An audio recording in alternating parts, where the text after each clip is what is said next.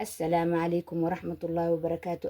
آد يا إيدي السلامة مeel kastoo dunida ka joogtiin walaalayaal kusoo dhawaada ducadeennii ducadan caawa waa duca cajiib ah oo qof kastoo muslina oo u baahan yahay oo muggeeduna aad u weyn yahay.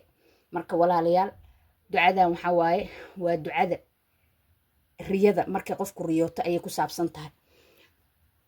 waxaad leedahay ducaaul fazaci, ducada argagaxa iyo saska ayaad leedahay fi noomi hurdada lagu saso, iyo waman qofkii buliya lagu ebteleeyo ama lagu itixaamo bilwaxshati cabsida iyo argagaxa hurdada dhexdeeda, adigoo arkay sidoo kaleeta eeyaha muxuu ahaay masaska meelo dheerdheer ka dhicaysid iyo intaas iyo inka badan, iyo adigoo ku riyoonaysid muxuu ahaay meel cidlo ah adoo joogtid gurigaaga ka lumaysid intaas iyo inka badan walaalayaal, iyo ilmaha ooyo oo sariirta kasoo qayliyo oo sariirta ka ooyo. intaas haddaad ducadan ku akhrisid waad ka taqalusaysaa biidnillaah dhibaatadaasoo dhan iyo inka badan.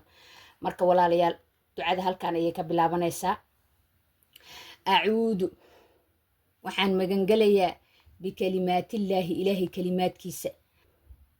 kalimaadkiisa iyo aayaadkiisa iyo qur'aankiisa in la magangalo way bannaan tahay.